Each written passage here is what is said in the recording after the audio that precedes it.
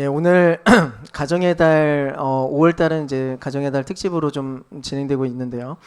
예, 오늘은 자녀에 대해서 좀 이야기를 나누려고 합니다. 그래서 사실은 이 주제가 여기 있는 모든 분들에게 바로 직접적으로 해당되지는 않을 수 있기 때문에 좀 그러면서 좀 죄송한 마음이 좀 있어요.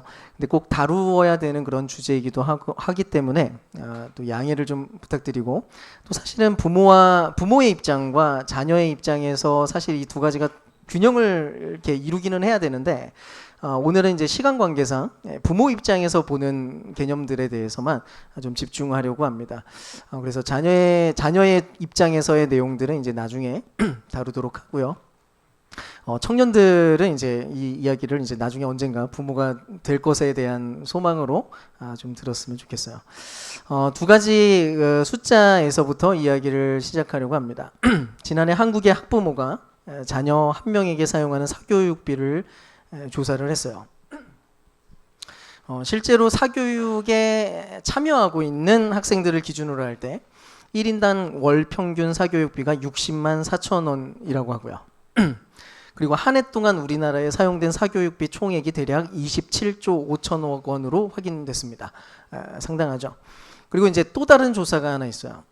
비상교육에서 초등학부모 405명을 대상으로 자녀와 하루 평균 얼마나 대화를 하십니까? 라고 이렇게 물었습니다.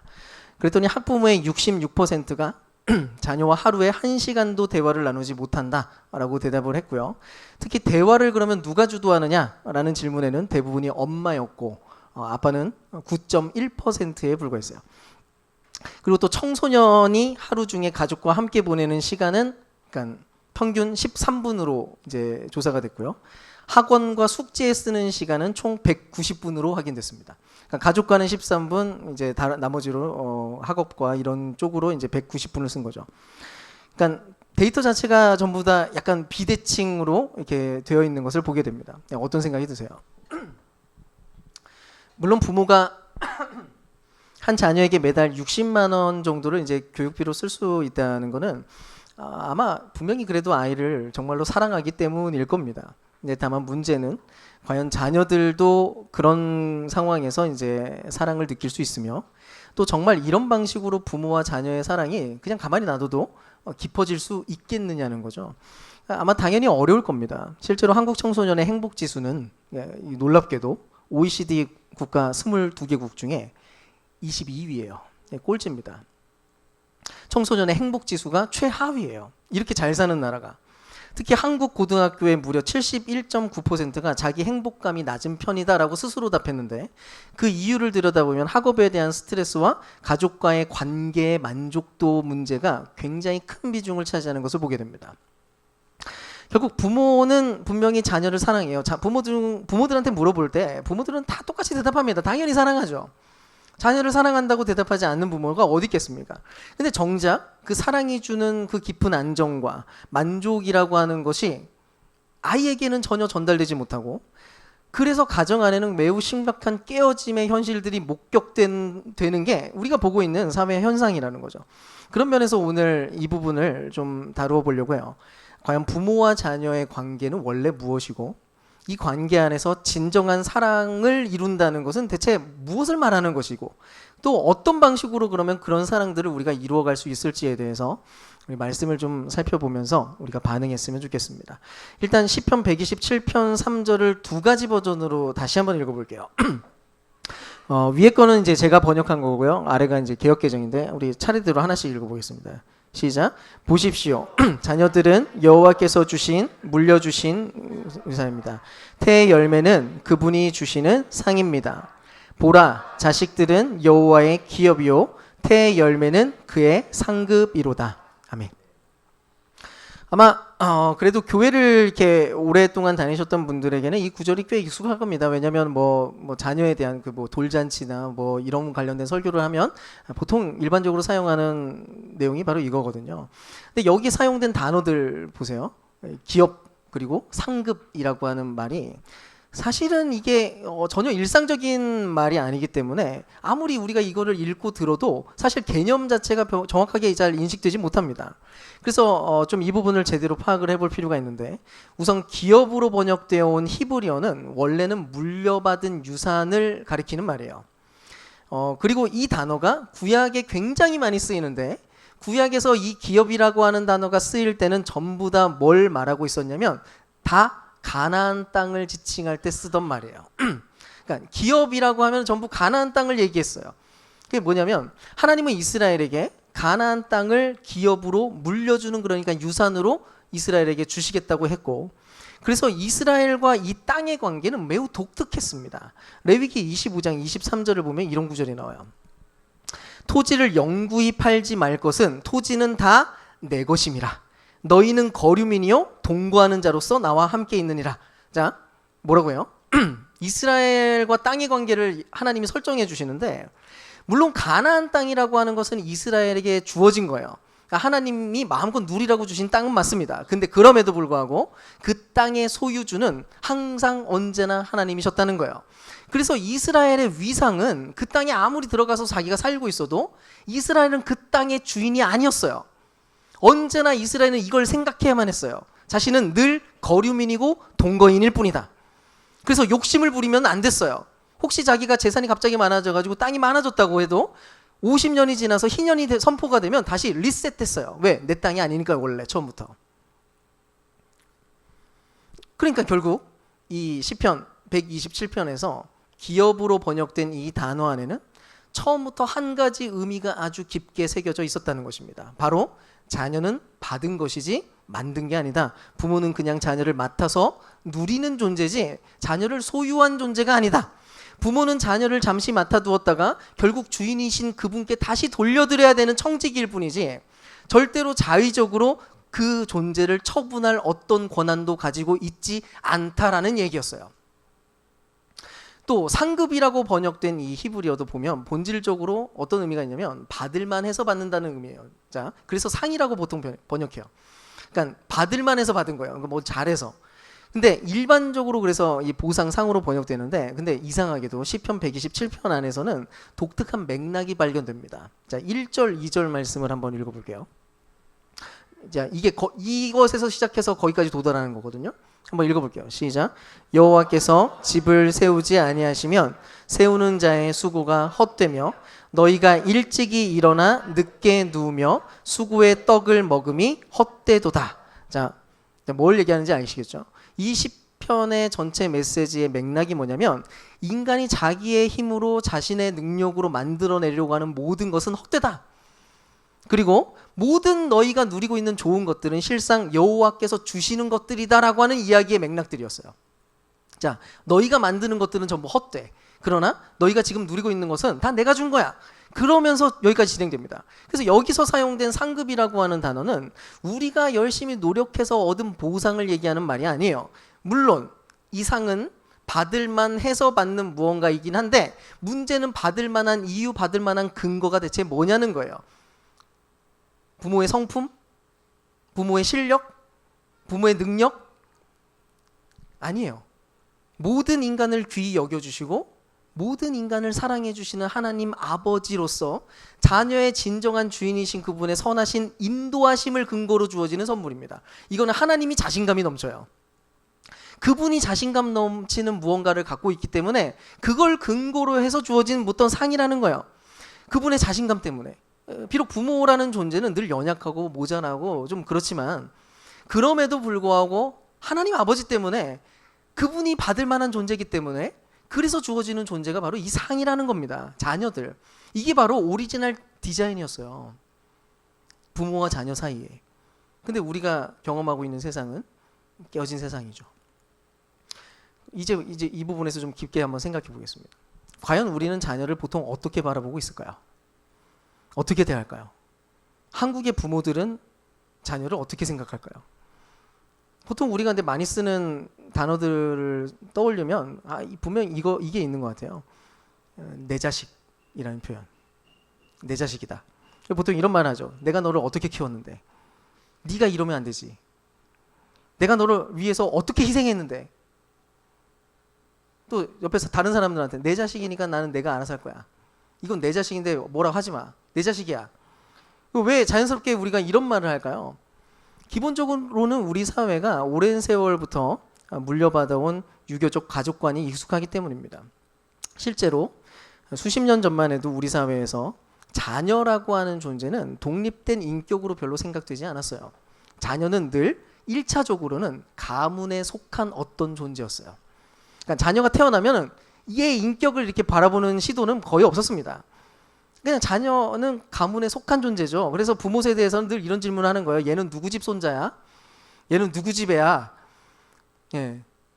그러니까 자녀의 그 이름보다, 자녀의 그 존재 자체보다 어느 가문에 있는 자식이 가장 먼저 따라오는 무언가였어요. 그러니까 사람들의 인식에는 그 자녀는 그러니까 그런 개념으로 인식됩니다. 게다가 이런 가족관 안에서 중요한 덕목이 뭐였냐면, 바로 효였죠. 효도. 그래서 사실 우리나라에는 그 효에 대한 아름다운 이야기들이 전해져 오고 또 칭송되기도 했는데요. 근데 효라는 개념이 실제로 작동하고 있는 구조를 살펴보면 부모와 자녀 사이에 있는 어떤 관계성을 왜곡시킬 가능성이 굉장히 높습니다. 실제로 이런 가족관 안에서 자녀라는 존재는 평생 부모가 내어준 어떤 사랑의 빚을 효라고 하는 방식으로 자녀가 갚아야 되는 것으로 규정돼요. 그러니까 자녀들은 늘 효를 하는 게 그게 정상인 거예요. 왜? 갚아야 되거든요. 그게 당연한 거예요. 그런데 이것이 자연스럽게 마음에서부터 우러나오는 그런 식이 되기보다는 말 그대로 어떤 규정이 되곤 했습니다.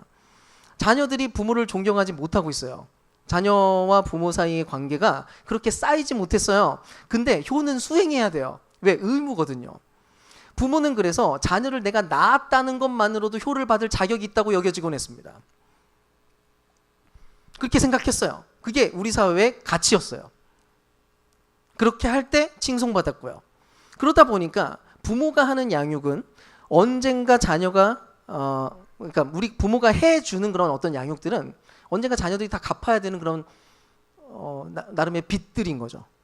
결국 그 계산들이 계속 누적된 자리에서 이 말이 나오는 거예요. 내가 너를 어떻게 키웠는데. 내가 너를 어떻게 키웠는데. 물론 부모가 하는 사랑의 수고와 애씀이 여전히 아름다운 것이지만 정작 그 사랑의 근거가 마치 채권자의 자리에서 흘러나올 가능성이 굉장히 높아진다는 겁니다. 자녀에게 쏟아부으면 결국 돌아올 거다. 일종의 투자인 거죠. 내가 자녀를 기르는 모든 수고는 투자처럼 생각되는 거예요. 자녀의 성공은 곧 내 성공이다. 이 자녀는 내 소유다. 그래서 자녀에게 기대하는 것은 점점 많아지기 시작합니다. 근데 자녀가 사실 기대에 도달하지 못하는 경우가 굉장히 많죠. 그래서 자녀가 기대에 도달하지 못하면 압박을 가하기 시작하는 거예요. 사랑이라는 이름으로 압박합니다. 다 네 잘되라고 하는 말이야 하면서 압박하죠. 근데 그 자녀의 성공이 곧 나의 영광이 된다는 거죠. 그러니까 생각해 보세요. 자녀에게 이것이 진짜로 온전한 사랑으로 전달되고 원래 성경이 의도했던 부모와 자녀와의 진정성 있는 관계로 과연 나타날 수 있을까? 아니에요. 오히려 짐으로 여겨질 수밖에 없다는 겁니다. 뭔가 더 많은 것을 이렇게 뭐 사교육을 더 시키면 시킬수록 뭔가를 더 누리게 하면 누리게 할수록 언젠가 부모에게 좋은 결과물로 갚아야 된다는 압박감에 아이들이 막 시달리기 시작해요. 그럼 지금 우리는 어떤가요? 혹시 부모와 자녀의 관계가 마치 내 소유처럼 작동하고 있는 지점들은 없나요? 오늘 말씀은 본문은 이렇게 분명하게 이렇게 선포하고 있어요.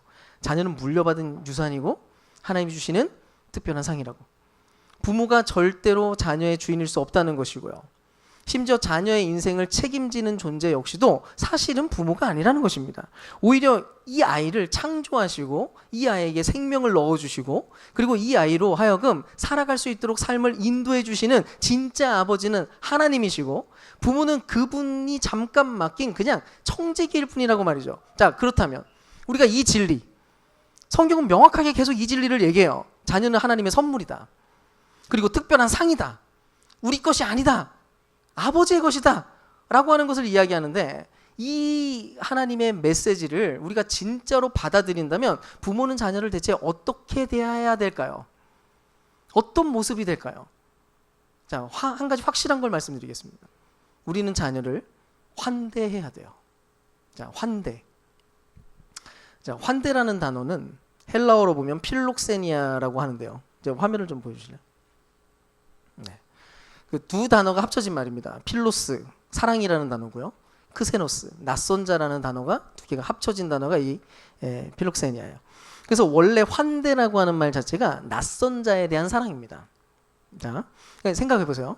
자녀가 선물이라면, 자녀가 이제 내가 만든 존재가 아니고 내 소유가 아니라면, 이거는 처음부터 내 것이 아니고 내가 이미 알고 있는 게 아니에요. 그냥 받은 거예요. 그래서 이 존재는 처음부터 내가 알고 있지 못한 어떤 낯선 존재입니다. 익히 알고 있던 누군가를 우리가 이렇게 발견하게 된 게 아니라 처음 보는 존재예요. 내 손에 잡히지 않는 경이로운 한 인격이에요. 물론 자녀들 안에 이제 내 DNA가 들어있죠. 근데 그걸로 DNA가 뭔지를 점검한다고 해서 그 인격을 안다는 거는 절대로 말할 수 없습니다. 그런 개념이 아니니까요. 그리고 사실은 바로 그 이해 속에서만 환대가 가능해져요. 실제로 환대라는 건 기독교 안에 있는 아름다운 가치 중 하나입니다. 사실 기독교인들은 늘 환대를 실천해 왔어요. 나그네를 대접하고 가난한 이웃을 위해서 그들을 살피고 교회를 처음 방문하는 이들에게 다정하게 인사를 건네는 건 너무 당연한 일입니다. 우리에게는 그게 당연해요. 환대하는 게. 근데 이상하게도 그 환대 자리에서 제일 가장 쉽게 빠지는 자리가 있는데 그 자리가 바로 자녀들의 자리였어요. 안타깝게도 그리스도인들은 대부분, 그래도 선량한 그리스도인들은, 이 순종하려고 하는 그리스도인들은 낯선 이들에게, 그리고 특별한 손님이라고 생각하는 이들에게는 환대를 베풀려고 해요. 근데 자기 자녀에게는 정작 환대를 못 베푸는 것을 보곤 합니다. 간단한 예로 외부인들에게는 그렇게 친절한 사람들이 정작 자기 자녀에게는 아주 쉽게 거침없이 화를 내거나 강압을 해요. 근데 기억해야 돼요. 진짜 자녀가 선물이라고 믿는다면 환대하라라고 하는 이 기독교적인 명령을 우리는 자녀에게도 똑같이 적용해야만 한다는 겁니다. 이 부분에서 마태복음 25장 35, 38, 40절을 제가 적어놨는데 같이 한번 읽어볼게요. 시작. 내가 굶주렸을 때 너희가 나에게 먹을 것을 주었고 내가 목말랐을 때 너희가 나에게 마실 것을 주었으며 내가 낯선 자로 너희 앞에 왔을 때 너희가 나를 너희 안으로 들였다. 우리가 언제 주님이 낯선 자로 오신 것을 보고 안으로 들였으며 헐벗으신 것을 보고 옷을 입혀드렸습니까? 그러자 그 임금이 그들에게 답하여 말씀하실 것입니다. 내가 너희에게 진실로 말한다. 너희가 내 형제 중에 이 가장 작은 자 한 사람에게 한 일은 곧 내게 한 일이다. 아멘. 자, 이곳에 아이를 넣어보세요. 그냥 낯선 자로 왔을 때 안으로 맞아들였다. 헐벗으신 애가 맨몸으로 태어나가지고 먹이고 입히고, 근데 주님 마지막에 말합니다. 이 가장 작은 자 한 사람에게 한 일이 곧 내게 한 일이다. 우리 집에 늘 있었던 그 아이들, 그 어린 자녀들이든 사춘기를 지나는 자녀든 혹은 다 자란 청년이든 아니면 이제 뭐 출가한 자녀든 부모 입장에서는 적어도 부모라면 그가 곧 이 작은 자 한 사람입니다. 근데 만약 우리가 이 작은 자 한 사람을 진정 환대한다면, 그냥 대하는 게 아니라 환대한다면 그것이 곧 그리스도를 환대하는 일이 된다는 거예요. 근데 바로 이 부분에서 우리를 좀 정직하게 들여다볼 필요가 있습니다. 아까도 말했지만 우리는 보통 외부 사람들, 그러니까 친절하게 대해야 된다고 생각하는 그런 손님, 그런 낯선 이들에게는 대체로 친절해요. 진짜 개념이 없지 않고서야 동료들의 말을 함부로 우리는 무시하지 않고요.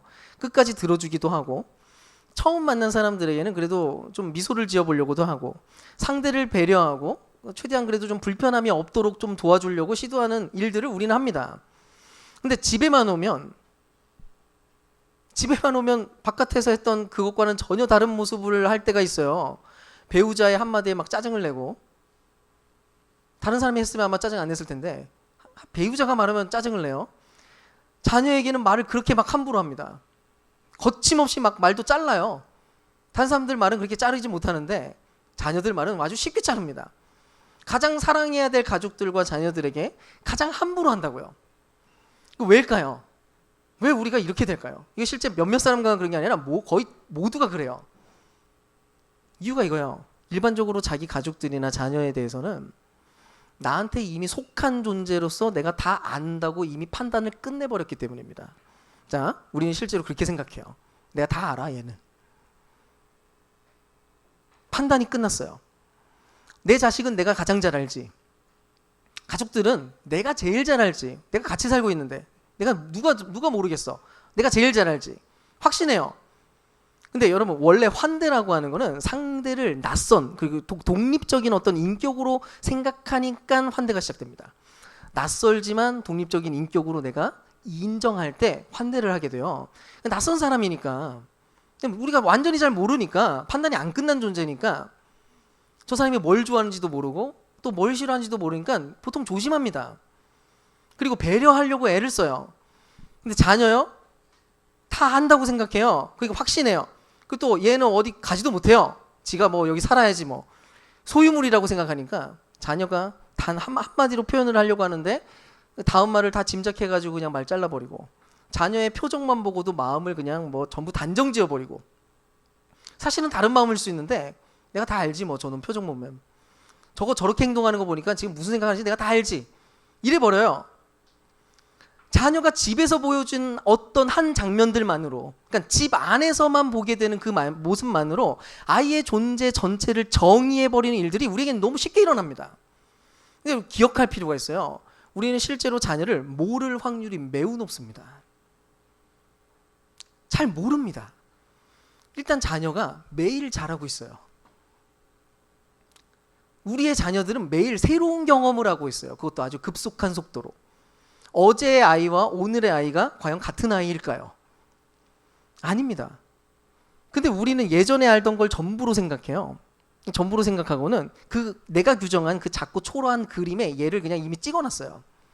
그리고 자녀를 거기에 끼워두고 판단합니다. 사실은 부모에게 숨기고 있는 것이 얼마나 많을 텐데, 아이들이. 근데 여러분, 이런 거는 낯선 이들이나 손님에게는 절대 하지 않는 일이죠.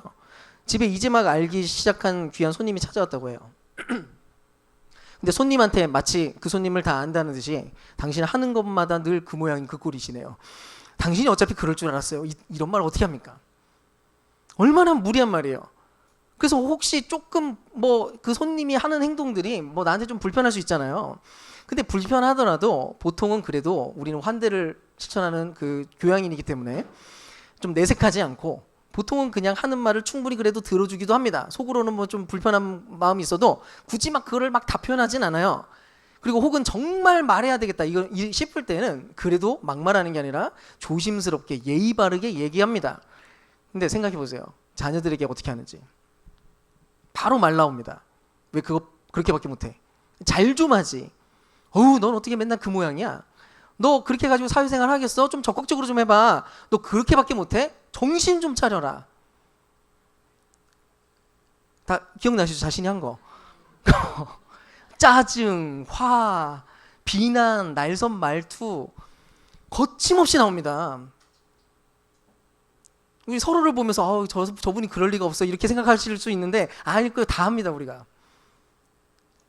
가족들과 자녀들이 자신의 감정 쓰레기통이 되는 일은 굉장히 쉽게 일어나요.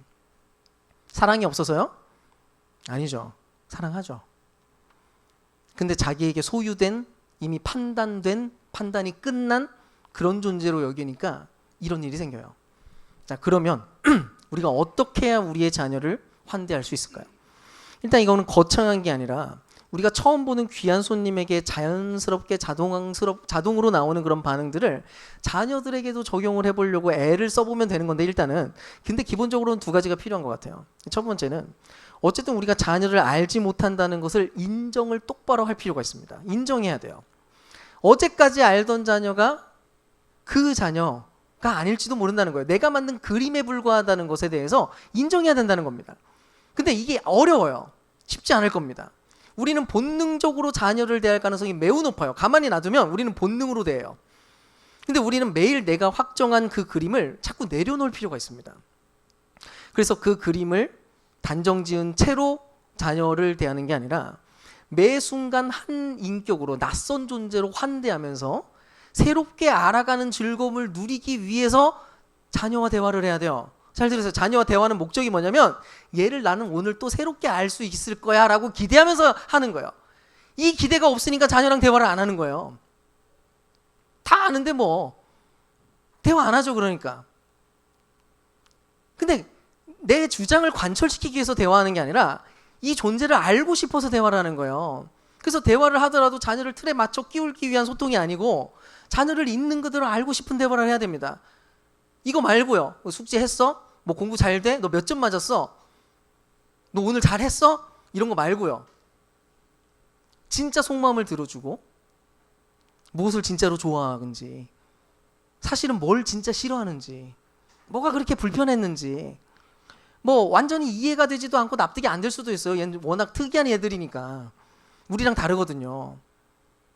근데 그냥 아 그렇구나 하면서 그대로 받아주는 대화가 가능해야 된다는 거예요. 그런 면에서 진짜 환대를 하기 위해서 우리에게 필요한 자세가 있는데, 그건 자녀를 한 인격으로서 자유롭게 무언가를 선택할 수 있는 공간을 허용해 줘야 된다는 겁니다. 자, 잘 들으세요. 자녀가 자유롭게 선택할 수 있는 공간을 줘야 돼요. 낯선 손님이 왔어요. 집에 왔습니다. 근데 그 사람에게, 그러니까 낯선 손님이 집을 이렇게 방문했는데 그분에게 이렇게 얘기하는 거예요. 당신 우리 집에 왔으니까 이제부턴 우리 집 스타일대로 하셔야만 합니다. 오이 빼지 말고 다 드세요. 나한테 그러는 거예요. 이런 식으로 강요를 하면 어떨까요? 환대가 아니죠, 그거는. 차라리 이렇게 얘기해야죠. 오히려 맛있게 드세요. 제가 뭘 좋아할지 몰라서 많은 걸 준비했는데 맛있는 거 잘 골라 드세요. 환대죠, 이게. 얼마나 기분 좋겠어요. 제가 오이 다, 그러니까 안 그러면 제가 오이 다 빼가지고 먹어야 되는데. 실제로 손님을 진짜로 환대하는 자리에서는 상대가 원래 자신의 있는 모습 그대로 얼마든지 머물 수 있는 공간을 허용해 줍니다. 그래야 편하거든요. 괜찮아요. 당신이 있는 그대로 그냥 있으세요. 라고 하는 거예요. 오이 싫으세요? 먹지 마세요. 맛있는 것만 드세요. 물론 이 자유를 준다는 말이 자녀가 자기 멋대로 그냥 살아가도록 그냥 내버려둔다, 뭐 방임한다, 이런 뜻은 당연히 아닙니다. 당연히 자녀를 향한 양육의 책임을 소홀히 하면 안 되죠. 그럼에도 불구하고 적어도 자녀 스스로의 의지와 인격을 빼앗는 순간을 가질 수는 없다는 겁니다. 즉 부모는 이렇게 하는 거예요. 뭐가 잘못된 것이고 뭐가 옳은 것인지는 가르칠 것과 보여주는 것을 환대하는 방식으로 해줘야 돼요. 가르쳐줘야 됩니다. 알려주고, 대신에 자세가 중요해요. 환대하는 자세로 제안하고 설명하고 설득하고, 그리고 또 자녀와 함께 걸어가야 될 길들을 진실하게 함께 동행해 주는 거죠. 너만 가라는 거 아니야. 우리가 이렇게 살고 있는 거야 라고 하면서 보여주는 거예요. 근데 동시에 자녀의 인생 자체는 부모가 선택해 주거나 결정해 주는 것이 되면 안 되는 것이고, 결국은 최종적으로 자기 자신이 직접 선택할 수 있도록 허용할 수 있어야 된다는 겁니다. 이게 일상의 삶이든 신앙의 영역이든 사실은 다 똑같아요. 근데 많은 부모들이 어떻게든 자녀가 자기 통제권 안에 있을 때, 내 눈 안에 이렇게 들어와 있을 때 안정감을 느낍니다.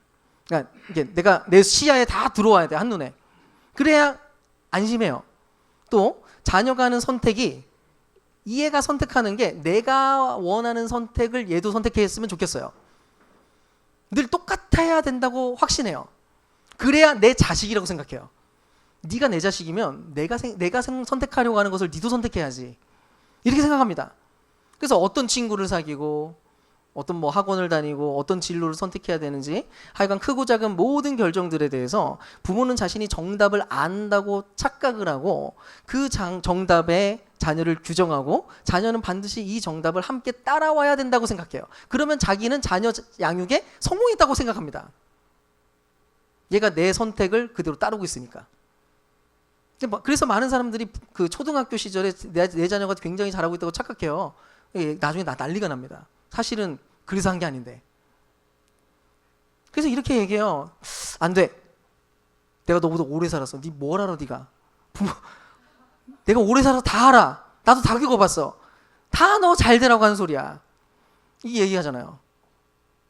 그리고는 통제가 안 되잖아요. 분노합니다. 통제가 안 되니까. 내 말대로 얘가 해야 안심되고 좋은데 얘가 내 말대로 안 해요. 화가 납니다. 막 싸우는 거예요. 신앙적인 측면에서도 자녀가 직접 하나님에 대해서 막 스스로 고민해보고 스스로 하나님을 선택할 기회를 안 주는 거예요. 하나님을 자기가 선택해야죠. 결국은 얘한테 맡겨야죠. 근데 자꾸 이렇게 해요. 교회 무조건 와야지. 무조건 너무 믿음의 배우자만 만나야지. 자녀가 막 하나님에 대한 의심을 조금 표현하면은 막 기도가 부족해서 그래. 사탄을 불러가라. 교회 가기 막 싫다고 해도 뭐 말도 안 되는 소리 하지 말라고 막 강제로 끌고 오고. 물론 어떤 마음인지 압니다. 사랑하니까 이 자녀를 얼마나 아끼는 마음에 사실 그 싫죠. 저도 싫어요. 진리 안에 우리가 확신하는 정답 위에 우리 아이들이 있기를 소망하는 마음에 대해서 공감합니다. 근데 안타깝게도 신앙은 강제로 주입하는 게 불가능해요. 그게 원리가 아니거든요, 그게. 그리고 또 그런 방식 자체가 환대가 아니에요. 부모가 해야 될 지점이 아니라고요. 무엇보다도 실제로 이렇게 하잖아요. 자녀는 신앙을 정말로 자기 것으로 가질 기회를 잃어버립니다. 사실은 어린 시절부터 자기가 스스로 선택하는 것이 계속해서 반복되면서 하나님을 선택할 기회를 줬어야 돼요. 근데 그 기회를 안 줬어요. 너무 늦어버립니다. 뭐 억지로 다니긴 하겠죠. 근데 결국 스스로 서야만 하는 순간이 찾아왔을 때 부모의 신앙 전혀 계승되지 못한 채로 허무하게 무너지는 걸 보게 돼요. 물론 당연히 무작정 그냥 내버려 두라는 건 아닙니다. 이미 말한 대로 잘못된 길을 가고 있으면 진지하고 섬세한 자세로 대화를 나누고 제안해야죠. 하지만 윽박지르거나 강요하는 게 아닙니다. 모든 대화의 끝에 최종 결정권은 자녀에게 돌려주는 게 필요해요. 결국은 네가 결정하는 거야. 엄마 아빠는 이렇게 생각해. 이런 건 좀 걱정이 돼. 이러면 나는 이런 모습이 되면 너무 기쁠 것 같아. 내 마음은 그래. 근데 이건 결국 너의 선택이야. 네가 하는 거야. 네가 결정해봐. 뭐가 더 나은 것 같니 너는? 우리는 너의 결정을 존중해. 근데 어떤 경우에도 우리는 그래도 네 편에 있을 거야.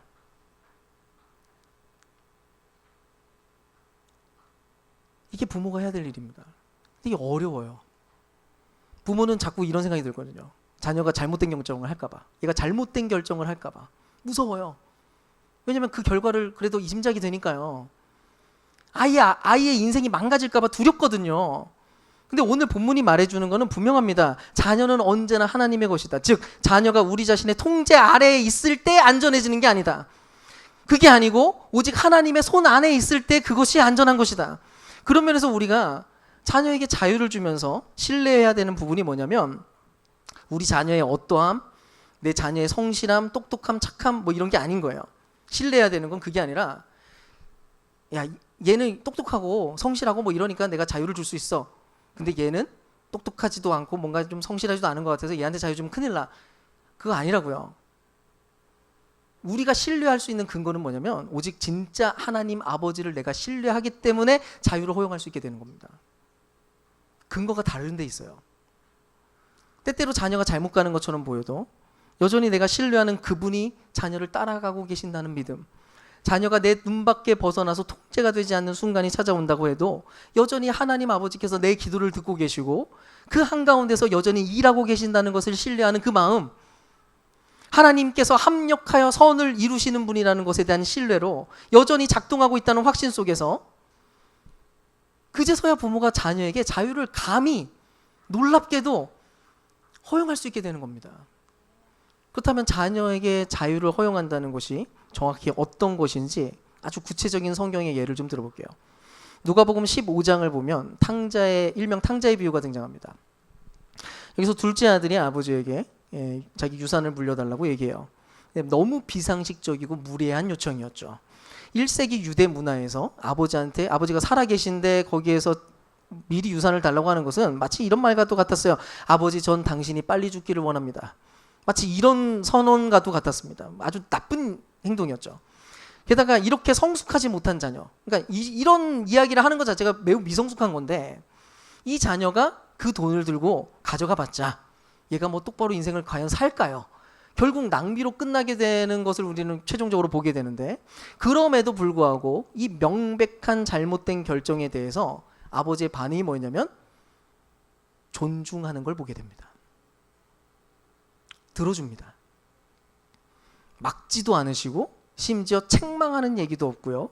강압하지도 않습니다. 이 아버지가 사랑이 없어서요? 아니에요. 이 비유의 핵심은 이 아버지의 사랑이 얼마나 크고 놀라운가를 보여주기 위한 내용인지를 이해하고 보셔야 됩니다. 그런데도 확실한 거는 이토록 깊은 사랑을 가진 아버지가 아들의 하고 있는 이 잘못된 결정을 막아서지 않았다는 거예요. 그러면 아버지는 아들을 대체 어떤 방식으로 사랑했을까요? 성경이 묘사하는 건 이거예요. 아버지는 매일 아들이 돌아오는 길을 바라보면서 기다렸다고 합니다. 그리고 마침내 돌아오는 모습을 보고서는 채통도 지키지 않은 채로 맨발로 뛰어가서 그 자녀를 품에 안았다고 하는 거예요. 목을 안고 입을 맞췄어요. 자, 바로 이 부분에서 부모가 자녀를 진정으로 사랑할 때 참으로 드러나게 되는 진정한 수고가 무엇인지가 발견됩니다. 대부분의 부모들은 아주 손쉬운 수고하는 것에 익숙해요. 그러니까 사랑의 수고를 우리는 보통 부모들 쉬운 수고하는 것에 익숙합니다. 그게 뭔지 아세요? 평가와 강제적 통제예요. 그러니까 우리는 사랑해서 그거 해요. 평가하고 통제하는 거래요. 안 돼. 이거 해야 돼. 저거 해야 돼. 그래서 보통 그 사랑을 잔소리로 표현해요. 잔소리합니다. 근데 또 부모들은 대부분 이 평가와 통제를 부모가 마땅히 하는 내 사랑의 수고라고 즉시 연결해요. 왜냐하면 통제와 강압을 하면서 잘 안 되는 그 부대낌이 자기의 사랑의 수고가 인식되거든요. 내가 자녀를 위해서 이렇게까지 신경 쓰고 있는데 이런 생각을 하면서 잔소리하는 겁니다. 그리고 이게 내가 이 자녀를 사랑하는 증거라고 확신해요. 근데 정직하게 살펴보면 이건 수고의 모양을 하고 있는 게으름입니다. 생각을 잘 해보세요. 자녀에게 잔소리 한마디 하는 게 쉬운지, 아니면 그 자녀와 1시간 동안 앉아서 그 마음을 솔직하게 들어주고 있는 그대로 그 아이의 마음을 용납해 주는 게 쉬운지요. 또 자녀의 진로를 내가 이게 옳다라고 결정해버리는 게 쉬운지, 아니면 이 자녀가 모호함과 고민과 어두움 속에서 자기 스스로 이 결정들을 해나갈 수 있도록 옆에서 함께 견뎌주고 가슴이 답답해서 미치는 동안도 그냥 아무 말 없이 묵묵히 잠잠히 지켜보아주는 것이 쉬운지, 또 자녀의 신앙을 강제하면서 교회 나오라고 윽박지르는 게 쉬운지, 아니면 부모 자신이 신앙 안에 있는 진정성을 자녀에게 아름답게 보여주는 그것으로 감탄하게 만드는 게 쉬운지. 답은 분명합니다. 잔소리는 쉽고요. 환대하며 들어주는 거, 자유롭게 내어준 채로 끝까지 살펴보면서 바라봐 주는 거, 이게 너무 어려운 일인 거예요. 훨씬 대단한 수고입니다. 강제는 손쉽고요. 진정한 환대와 인내의 삶을 살아내는 거는 매우 어려운 수고예요. 그래서 묻지도 않고 학원 그냥 보내버리고 신앙의 여정도 기다려주려고 애쓰는 게 아니라 강제해버리고 인내해주지 못한 채로 야단 내버리고 그냥 끝내버리는 거죠. 쉬운 거 하는 거예요. 많은 부모가 이 모든 자리에서 나름의 수고를 하고 있다고 확신하고 느끼고 있어요. 그 억울하죠. 그러니까 그게 안 쉬운 건 아니죠. 그냥 쉬운 건 아니죠. 어렵긴 해요. 마음이 불편하니까. 근데 정작 진짜 수고는 회피하고 있는 건 아니냐는 것입니다. 근데 우리가 진짜 닮으려고 하는 아버지의 사랑은 정확히 반대쪽에서 발견되고 있어요. 아버지는 자유를 주기 위해서 실제로 자신의 재산의 3분의 1을 이 둘째 아들에게 떼어줬어요. 희생이었죠. 아들이 어떻게 살고 있는지 하나하나 알기 위해서 어떻게든 내 시야에 두기 위해서 통제한 게 아니고요. 밖에 먼 나라에 가가지고 아무것도 알 수 없는 그 모름의 무게를 매일 견디는 지점들에 그냥 서 있었어요. 게다가 그분은 우리에게 자유를 주기 위해서 가장 소중한 것을 내어주신 분입니다. 우리가 아직 알지 못하던 때, 우리가 아직 죄인 되었을 때 하나밖에 없는 자신의 아들을 십자가에 내어주신 분이 바로 우리 하나님 아버지십니다. 그럼 대체 어떻게 해야 우리가 이런 아버지, 이런 부모가 될 수 있을까요? 확실한 게 하나 있는데요. 그런 일은 우리 자신이 하나님 아버지의 자유와 사랑을 진짜로 누리고 맛보는 삶을 살아가고 있는 동안만 가능합니다. 부모 자신이 그리스도 안에서 환대받은 만큼 자녀를 내가 환대하는 것이고요. 하나님이 나에게 주시는 그 자유, 허용하시는 그 놀라운 자유를 내가 맛본 만큼 나도 자녀를 자유롭게 내어줄 수 있습니다. 우리가 맛보고 알게 된 만큼만 사실 반응할 수 있어요. 그래서 오늘 이 말씀 앞에서 우리에게 가장 시급하고 중요한 건 자녀에게 이제부터 그럼 어떻게 가르칠까, 뭘 해줄까 이게 아닐지도 모릅니다. 오히려 부모 자신이 매일 사랑으로 충만한 하나님 아버지 앞에 진짜로 정직하게 머물고 그분의 환대를 정말 경험하고 그분이 나를 얼마나 자유롭게 대하고 계신지를 확신하는 자리에 그 사랑을 누리는 일인 거죠. 그분이 주시는 그 자유와 환대를 경험하면서 그렇게 닮아가는 겁니다. 부모가 먼저 그리스도를 닮아가지 않으면 이 일은 불가능해져요. 사랑하는 여러분, 이제 말씀을 마치려고 합니다. 참된 부모가 된다는 것은 결국 자녀를 통제하는 자가 되는 게 아니라 자녀의 자유를 침해하지 않으면서 그 자녀를 끝까지 사랑하는 자리에 서는 것임을 보았습니다.